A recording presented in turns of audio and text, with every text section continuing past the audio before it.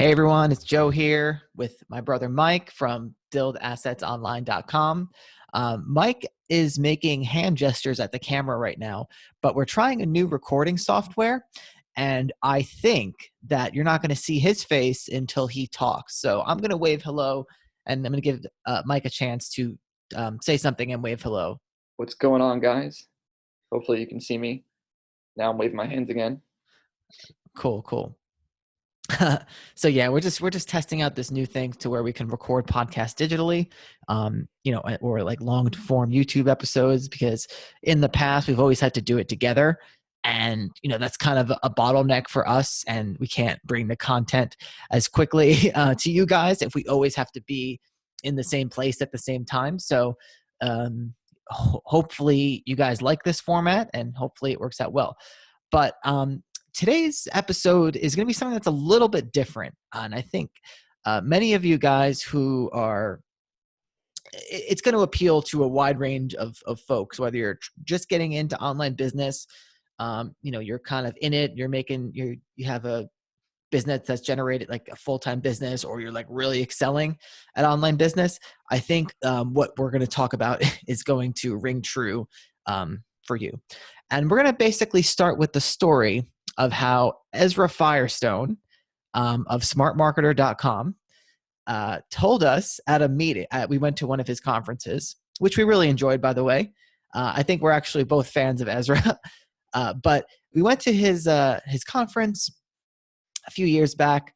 We had a chance to talk to him, and he told us straight up to our faces, stop dropshipping. So, Mike, why don't you set the stage for what happened exactly? Yeah, so I believe it was August 2016, and I had just gotten back from a 2-month trip to Vietnam and Thailand, and before we had left, we had created our first dropshipping store, and as we've said before, we got a couple sales like the first day or first week, and so that's where we were at. We were trying to build from there, but I had left and gone to live in Asia for 2 months. So our work kind of stagnated, and we were getting sales. And I'm actually going to be sending out an email soon describing kind of this situation more from when I was in Asia and you were back home. But long story short, our business was not where we wanted it to be. And at that point, we'd gotten an email from Ezra Firestone, who, we both admire and is definitely one of the top e-commerce people probably in the world. I know a lot of experts consult with him, and he's definitely a legit guy. So we saw he was putting on a conference in San Diego. We thought, okay, this is our chance to learn something, to kind of get an edge and take our stores to the next level. And I come back home, we fly out to San Diego, and then we go to this conference. And the whole time, we wanted a chance to speak with him. We wanted to bring up our specific situation and ask for advice. And it was the first day. It had ended, and then there was a big bar powwow going on afterwards. And Ezra shows up. He's in he's in some expensive suit. He's running around talking to everyone, and we finally get a chance to go up to him, and we tell him our situation, and we say, "What do we do?" And he says, "Stop dropshipping, pick one product, set up a funnel." So at the time, this was not really what we wanted to hear. And I think we were both pretty disheartened by this. And so, we went home back to our hotel that day. And we gave it some long, hard thought. And, when you get advice that's basically telling you to do the opposite of something you already have momentum doing, it's kind of hard just to drop everything and just go off in some completely different direction that you don't have a skill set built up for yet. So needless to say, we did not take advice on that. The next day, we actually happened to get a huge sale as we were walking back to the conference, which kind of reaffirmed our belief on the situation. But, I think as we go on in this podcast, we'll talk more about, what it means to take advice from so-called experts on certain subjects, and what it means as a person to, really just strive for something that you believe in. Yeah, what's most interesting actually is that when we got that sale, I remember exactly what you're talking about. I don't remember quite how much we made, but I remember thinking about the other people at the conference because there was a lot of other people there who had their own products. They had singular products that they were trying to getting off that were kind of getting off the ground, and they were kind of diving deeper into Ezra's techniques, all the complicated funnels that he makes and the Facebook ads and stuff like that. And I remember, talking to some people and learning about the margins of some of these products. And then we got that sale, and they were talking about their sales, like, whatever. And I was, oh yeah, that's pretty good. But then when we got that sale, I was like, wait a second. We're making this much. We're selling one product. They're making that much selling their, little, whatever they're selling, their little products. All we got to do is scale what we're doing, and we can outpace these other people really quickly. Now, to do what Ezra does with like his brands, like Boom by Cindy Joseph and stuff like that, like that's like some stuff on Shark Tank. And what do I mean by that? The stuff on Shark Tank is stuff that it'll either blow up or gonna fall flat on its face most of the time. It's not something that you can, grow and scale consistently. So that's kind of how I think of the way that Ezra does things. It's a really big, I don't want to call it like a Hail Mary, because it's obviously like, very tactical and strategic and stuff like that. But it doesn't seem to me like it's something that I think you're either going to win or you're going to lose. I think when it comes down to creating your own product, it does become a high risk, high reward scenario. So, there's so many different levels of selling something online. There's, I think, low risk would be something like arbitrage. You're selling something that already has demand, it already has a brand, and there's nothing you're personally putting behind it. So that's the first level. And Yeah. then I would say the next level would be having an e-commerce store where you have your personal brand just behind the store, but you're selling other people's products. And then you move on into like private label, like white labeling something where you're not really making up anything. You're just selling something that already exists and putting your name behind it. And then say maybe you make a slight adjustment to that product. Now it's your own unique product. And then there's even beyond that, like inventing something totally new. So as you go farther down in that scale, you're kind of creating more risk for yourself because you are basically entering into a market that you don't have any sort of data for yet. Yeah. I think one of the things that we're learning now about online marketing and online business in general is that you don't have to make your own product to like make it absolutely huge, like to really scale into a home run. And the reason for that is basically because doing stuff online gives you an unlimited amount of exposure. Like, because of Google and the way search engines work, you don't have to, reinvent the wheel and make your own product. You can create an e-commerce store that dominates for a product or product line that already exists. And then if you can do that over and over and over again, what's the point of taking on that risk and making your own product? I mean, for some people, I mean, I guess maybe if you're more, The point is, I think you can get more out of it because then, you can have people selling your products. I think there's definitely a high potential when you have your own product, but then you need to be covering all your bases. You need to learn how to do the marketing for it. You need to learn where it fits in economically. Is there a demand for it?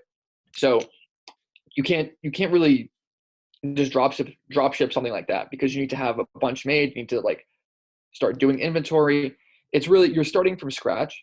And so with that, obviously that's how billion-dollar companies are born. But I think, most people, when they want to create some passive income or maybe, generate a few $1,000s a month, trying to create your own product is ridiculous because it requires so many different skill sets.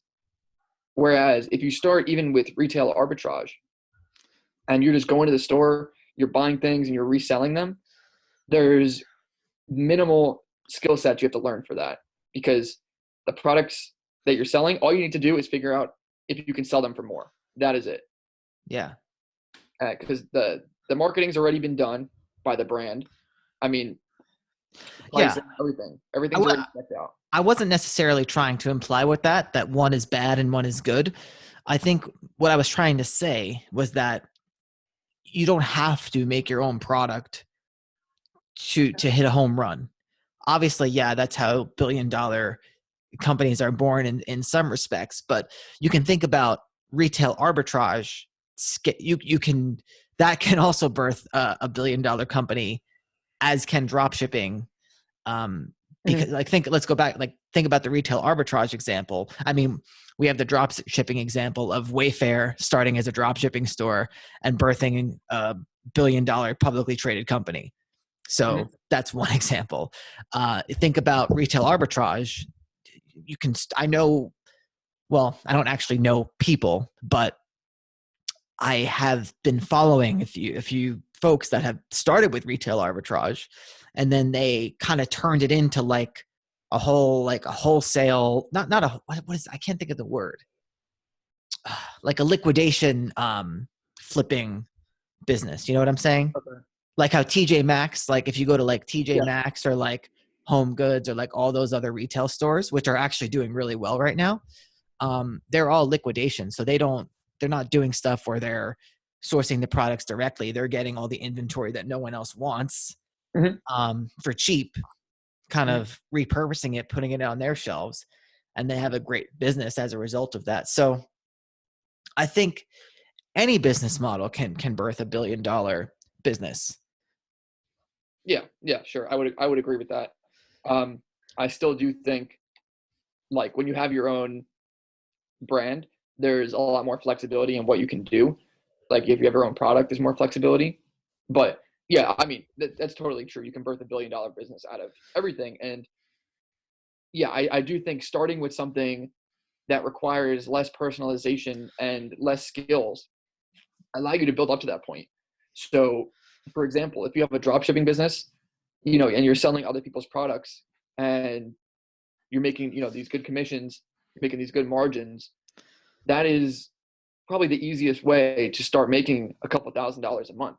And then once you have that and you can build up, your skill set, and you can understand how online business works, or even just e-commerce or commerce in general, then you can go out and say, okay, I'm going to take a product that's selling really well for me and I'm going to make my own version of it. I'm going to make a version of it with a change that people, are asking me for.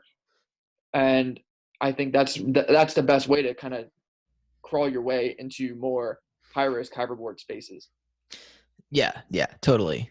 So, I mean, we can kind of branch off into a billion different directions right now, but I want to take it back to the story we were telling about how Ezra told us to stop drop shipping, because I think it relates to a lot of what happens.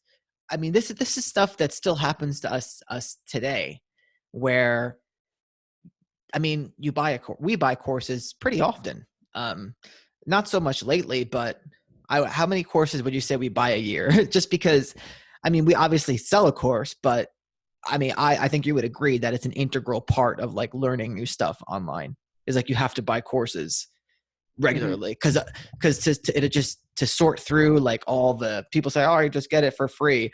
But to realistically, when it comes to your time, I just want to get straight to the core of what people are teaching.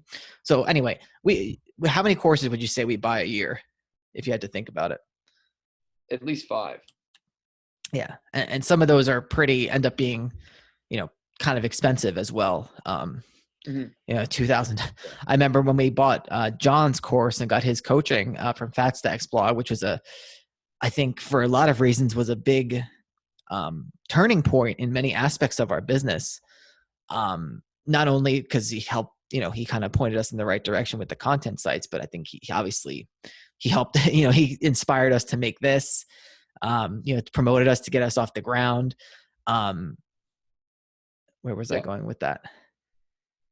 You were saying that, we put a lot of money back into education, and when Ezra told us, to do something else, it kind of, presents a dilemma. Like, okay, do we need to go and learn a new thing? Yeah. So what I was going was like, when you oftentimes get this education, you have to kind of take what people are saying, and it's almost impossible to follow someone else's path 100% of the way. And that's because they have a different business than you. Like, no course is going to be able to fully capture your unique situation and tell you exactly where to go. Mhm. I think when you're when you're starting from zero, I think that's the easiest, because it's like, our course, for example, I think it's pretty easy to go from zero to a couple $1,000s a month in profit, because there's no directions you can go in. You just follow a path from A to B. But once you're at B and you're making a little bit of money, there's no course that's going to fully encapsulate your business and the next steps that you need to take exactly. And you need to look at it, test things, and make modifications, and go from there. Mhm. And I think that is like a huge mental thing that people have. If you think about how we're doing this FBA business, and our partner in that, he's always kind of looking for this direct path to his end goal. And we've just bought so many courses at this point that we know, it's so unlikely to get that. Um, and it's almost like jujitsu in a way, because in jujitsu, you can go in and you can learn from a world champion, black belt, and someone who's a really good teacher, but you're never gonna be exactly like them, no matter how good you get. It's not to say that you won't be as good as them, but the game, quote unquote, that you develop is uniquely your own. And so it's kind of a scary thing that I think people need to embrace, that, a course can provide the steps for you to go from A to B, but in reality, it's just a guide point, and the experience that you personally get along the way is the most valuable thing. Yeah, I think what people fail to realize is that, like, okay, Ezra told us to stop drop shipping. We didn't listen to that. Mhm. But do we throw out everything that Ezra ever said in his life? Like, or do we take what he says and learn from it? Mhm. I think we absolutely learn from it. We just throw out that one portion, but we Mhm. can try and adopting little things that work well for us in the areas of our business that it applies to. Mhm. And I think, people naturally have like this guru complex, where it's the easiest thing to do would just be to follow exactly what someone says, but you can't do that. Um, Again, you kind of just need to be able to take what works for you and just leave the rest behind. Yeah. Yeah. The guru complex thing, I think, is a real thing. And I hope that when we make these videos, I really hope that people don't, like, I don't want to sound I don't want to sound like full of hubris saying this. Like, that's not what I'm getting at. But I don't want people to start like viewing us in that light, because I think what we're trying, and I think this applies to a lot of areas in life. Like, a lot of good teachers will tell you, like, don't focus on me. Like, don't try and be like me. Like, just take what I'm teaching you and Mhm. apply it, and adapt it to yourself. Hmm. Exactly. And I do think, in our course, we could essentially just like say, okay, go out and get this supplier, do this, and list out these exact steps. And maybe at the time that we list them, they would work. But if everyone did the same exact thing, then it would stop working very quickly. And that's why giving out like niche lists, and people even give out supplier directories, like that is, it may at one point in time be exactly what could work, but it will dry up Yeah. because it's just basic supply and demand. If everyone starts going into one thing, it's gonna, the market's gonna react to that. If 30 people start contacting this one supplier, then they're not even worth selling anymore. So that's why in our course, it's not really about a step by step, like do this, contact this person, contact this person. We try and give you the skill sets to where you can mitigate your risk to creating an e-commerce store, how to find like low competition things, and then you can go from there, and how, basically how to run AdWords effectively. Yeah. Yeah. And I don't know. I don't know what I want to say to that, but yeah, I think you're right. Uh, so, I mean, I think, this might turn out to be a pretty short episode, but I mean, is there any other directions you want to go in, like based on what we've been talking about that people should I know? mean, yeah, I think, a lot of times when it comes down to gurus telling you what to do, there is some sort of psychological thing that goes on, and people really fall victim to it. Everyone should read the book Influence by Robert Cialdini, and it basically goes like into all this stuff as to why we as humans have like these really irrational responses to certain things, and how it gets kind of exploded to us through marketing and through different things like that. And we inevitably do it. Like, it's not to say that these things are good or bad. It's just that you need to be equipped in order to, use them effectively, and to be able to understand when it's happening to you. So, I think there's nothing wrong with the way that these things are. It's just, again, as someone who's going into online business, I think you need to develop like a level of self-confidence to where you can listen to yourself, and you're not kind of stuck looking for someone else to listen to. Yeah. But the only way, I mean, I think the best way to get confidence is to kind of have success. And Yeah. so that is why high ticket dropshipping, I think, is the quickest way to success, because, if you're making $1,000 on a sale, then you can propel yourself forward, on your own merits. Yeah. Yeah. And I think what you have to do, the best way to kind of figure out your next steps, say for example, you are doing high ticket drop shipping, and you're making, you got from that point A to point B to where your stores are making profit, and you're happy with it, but you want to take it to the next level. I think what you need to do, instead of developing, well, not I think what you need to do, what you need to do is figure out what, based on your business, like what you need next. Like in our particular case, what we need now is search engine optimization, and we need that because um there's only the way that I think that's the way to scale our business now is because once you have the suppliers, once you identify that they're good suppliers, you want to sell more of their stuff. Mm-hmm.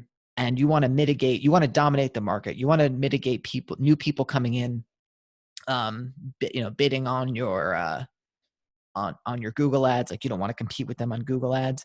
And by dominating the search results, you basically have the ability to outspend them, because you take up more real estate, because you take up the ad, because you take up the organic search result.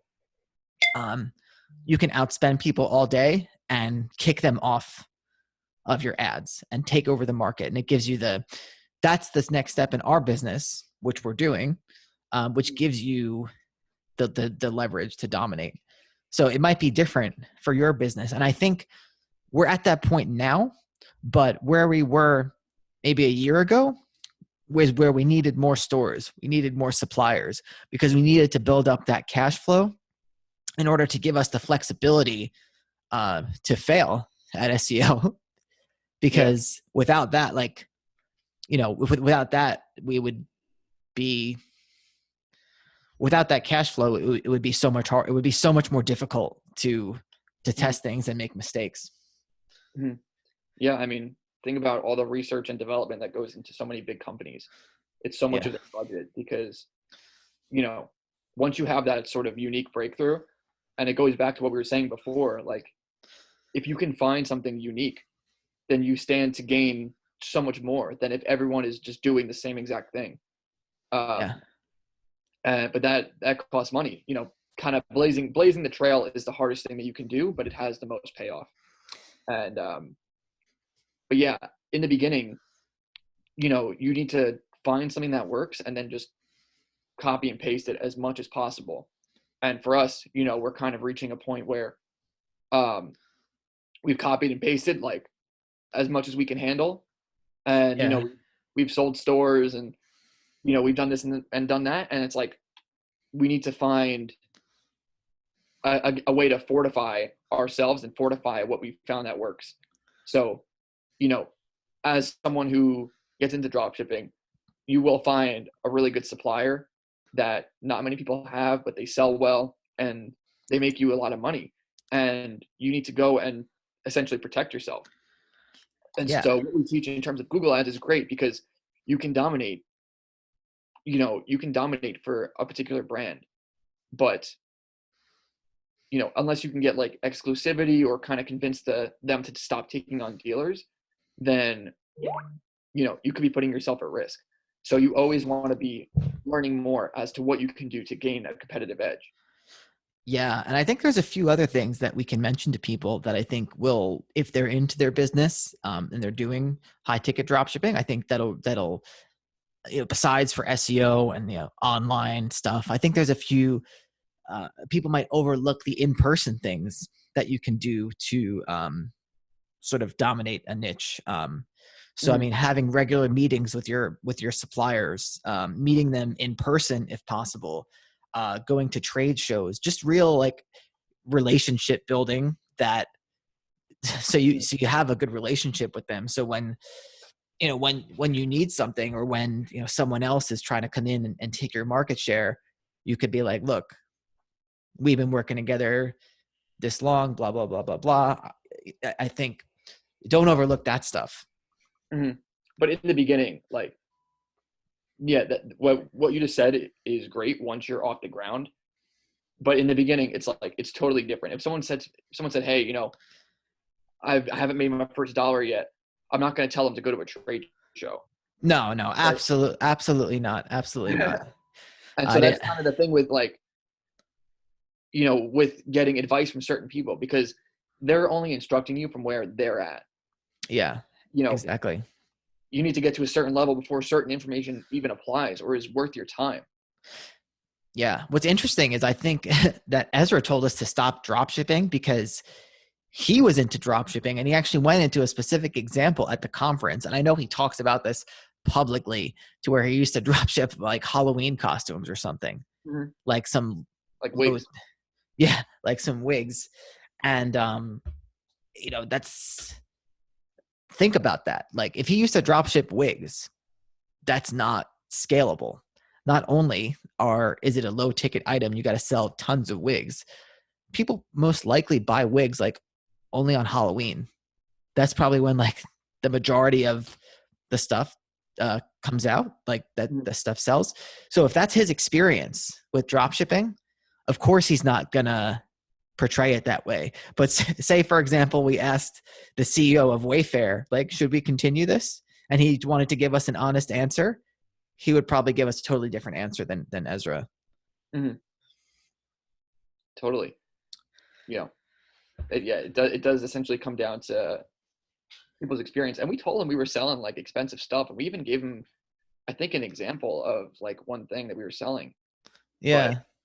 again, unless you're deep in it, it's hard to even understand. And I also remember at that conference, someone had talked about, I think someone had talked about essentially how back in the day, drop shipping would be, you put up a bunch of product listings and then you just optimize it through SEO. And that was it. And then, an algorithm update happened. Basically, everyone's stores tanked, right? Yeah. Yeah. But now we're really in a different age to where e-commerce is just getting so big that there's so many ways to get traffic to your store. There's so many ways to, you know, make money with drop shipping, even through like Facebook ads, supposedly through different social media platforms. There's Pinterest ads now. Um, so again, like I think there's so many ways to fortify yourself and make e-commerce work. But if you're not making high margins, then you're just setting yourself up to fail. Yeah. Yeah. It's all about the margins, especially when you're first starting out. Mm-hmm. I mean, I think it's always all about the margins, but you know, Mm-hmm. uh, so yeah. So anything else? I can't really think of much. I think that's really it. I mean, yeah, just to recap, you know, everything that you hear, you need to take with a grain of salt. And when you decide to commit to a particular path, you need to just go down that path until you've really given it your best effort. But it needs to be something that is sustainable, meaning, if you're just buying different courses and losing money on Facebook ads, you're just headed in a negative spiral, and eventually it won't be financially, possible to keep moving forward. But if you can start a business and even make a little bit of money at first, then it's easy to just, replicate what works, figure out where you may be lacking, and just plug holes that way until, $10 a month becomes $100, becomes 1,000, becomes 10,000. Yeah. Yeah. That's why we were so adamant about the high ticket e-commerce model, is because you need to get paid first. Yeah. And I'm going to talk a little bit about, I'm not going to mention any names. And, so when we first got into SEO, the first course we ever bought was the Authority Hacker course. And, we tried making an affiliate site, and we still have that site, and we have a few more, but I'm in a master, or like a Skype group, with a few friends that I met from there. I think 4 or so people, 5 people. Mm-hmm. And one of them, who actually had some previous experience with SEO, I will probably have him on the show actually eventually. I know he's starting up his own thing, so we'll hopefully do an interview with him soon. He had a huge exit, and he did awesome. Now but that was the exception to the rule. The other guys that are in the group, they started off kind of from nothing. Like, they weren't making any money off their sites. They didn't really have much previous experience. And, now they're kind of making, some of them are making close to a livable income. Some of them are still not where they want to be yet. And it's because they took a business model that takes so long to get paid. Mm-hmm. And yeah, and what I didn't mention is that we bought Authority Hacker in early 2017. So that was almost 3 years ago at this point. And if it shouldn't take you 3 years to get off the ground in online business. Mm-hmm. Like, you want to be profitable within the first few months. You want to have positive cash flow within the first few months. Mm-hmm. And these guys are, they're consistent, they're sticking with it, which is great.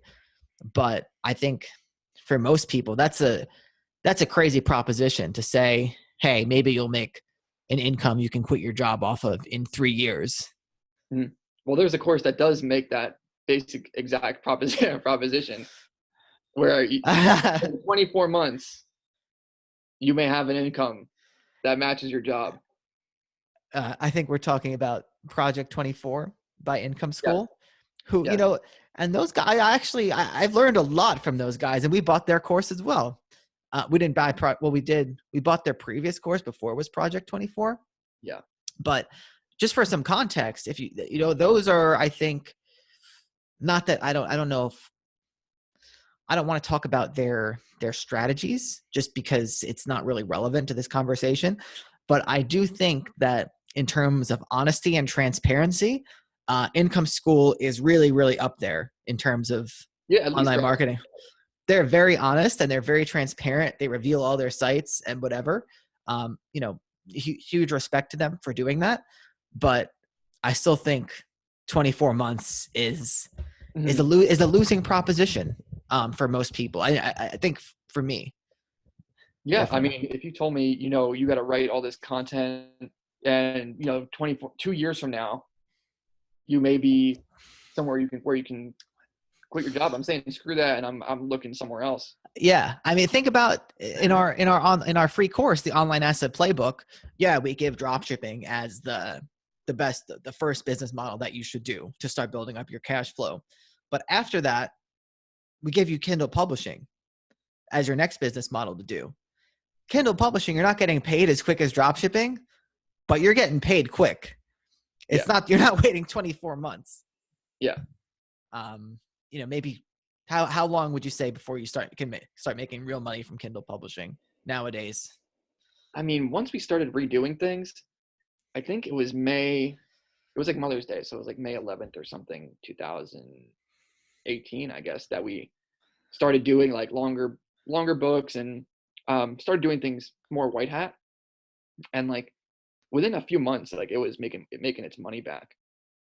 So yeah, Yeah. I mean, again, 24 months is like if you buy a website on Empire Flippers that already has profitability, then yeah, things are sold at like 24x or 36x monthly profit, right? Yeah. But with that, you're buying the certainty of something that's already making profit. Like this is like a complete gamble to where not a complete gamble, but there's no guarantees.